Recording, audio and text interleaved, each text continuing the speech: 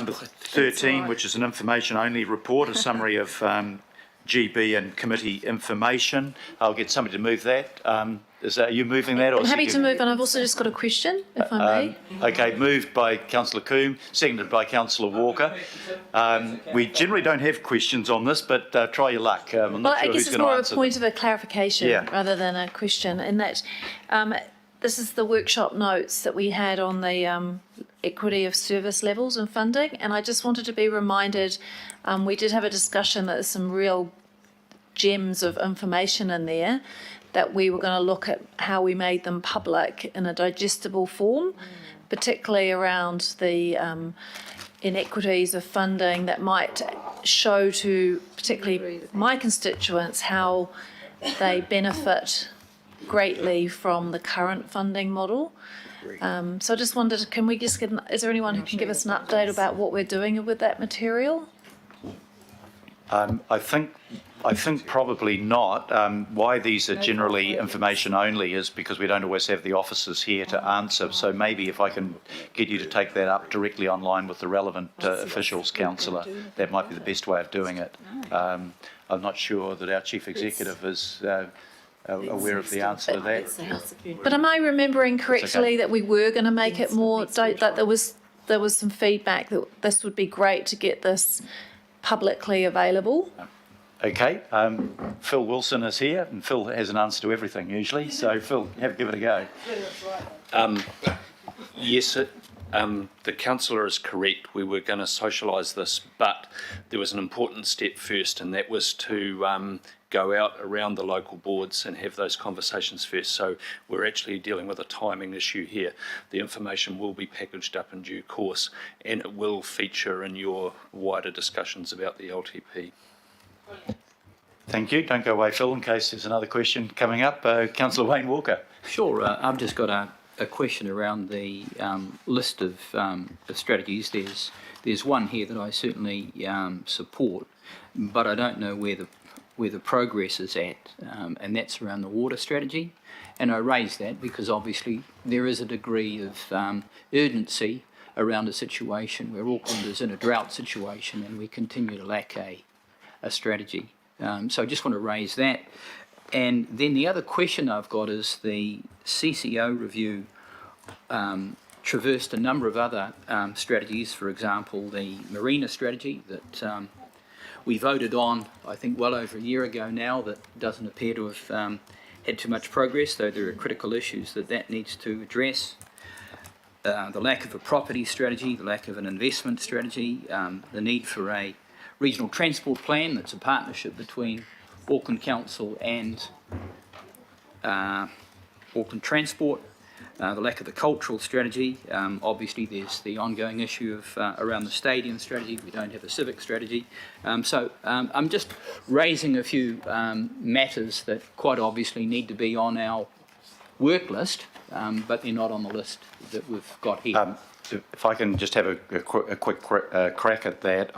I probably don't want to encourage people to raise questions out of an information-only report. The appropriate time on the CCO matters that you've raised, secondly, would have been the CCO Oversight Committee, where we've just met, and again taking it back and getting progress reports from that committee. On the first, the water strategy, from recollection, I think we've got a strategy meeting involving water care next week, if I'm right. I'm not sure. Yes. Yeah, next week. But Phil, you had something you might want to answer on that in addition? Sorry to repeat your worship's comments, but these strategies are being prioritised right now. I haven't got a specific timeline for each one in particular. There are a few that have been prioritised at the head of the queue, and there's a work program, a quite robust structured work program for the CCO review implementation, including some of the strategy aspects that the council is talking to being worked up. So I can provide feedback outside of this meeting. Thanks, Phil. And the reason I just raised the issue around those strategies is a large number of those strategies actually aren't strategies of the CCOs. They're strategies of Auckland Council, though the CCOs may have some relationship with them. So the appropriate location and time for me to raise it was this meeting. Thank you. Thank you. Councillor Philippine. Thank you, Worship. And the question is only on clarification. What was it, Pacific strategy or specific? Because I will support a Pacific strategy if that was tabled. Thank you. We'll let you get away with that comment because it's your birthday. Otherwise, okay. I'll put the recommendation. All those in favour, please say aye. Aye. To the contrary, no. I declare it carried.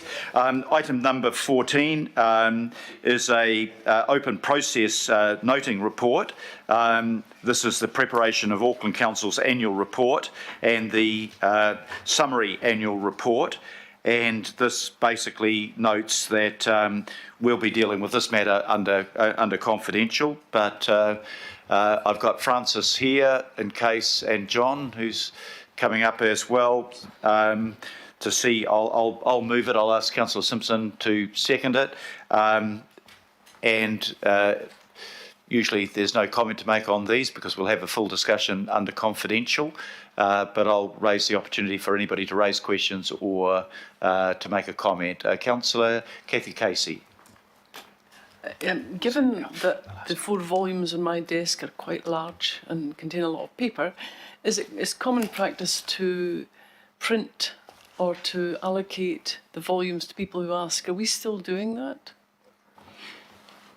Through you, Chair. Yes, if you request them, we do have copies printed, and we will have them available should you want them. So when we put our information out to the public, will that be made known? It's just that older. I'm thinking about older people who don't have access to a computer who would like the hard copy. We can, when we put it on the website. We're busy working on the wording now. We will include that if you need a hard copy, you can correct it. They will be available at all the all the libraries as well as in the past. Thank you for raising that question, Councillor. This is a noting paper, as I said before. I'll put the resolution. All those in favour, please say aye. Aye. To the contrary, no. Carried. Item number 15 is consideration of any extraordinary business. None has been referred to me.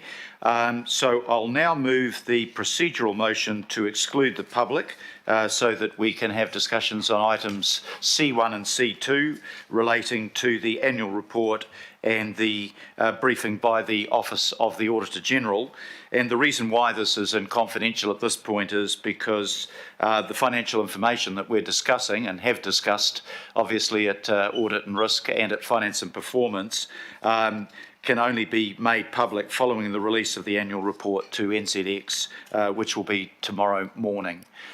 So I'll move that we exclude the public. Do I have a seconder for that? Councillor Fessor Collins. All those in favour, please say aye. Aye. To the contrary, no. Carried. And just while we go through the normal routine and we have a break, can I suggest we just have a 5-minute break so that we can enjoy Councillor Philippina's hospitality before he has to leave, and then we'll go back. And the invitation also extends to the Office of the Auditor General if they'd like some cake and a tea and coffee. I don't think that's regarded as treating, so it probably meets the rules, but let me know if it doesn't. Your Worship, just so that everybody knows there's enough cake for our staff and the brother and the sister at the back as well. So there's heaps over there. Just grab a piece. Thank you, Your Worship. That's another way of saying save us from ourselves too. Thank you.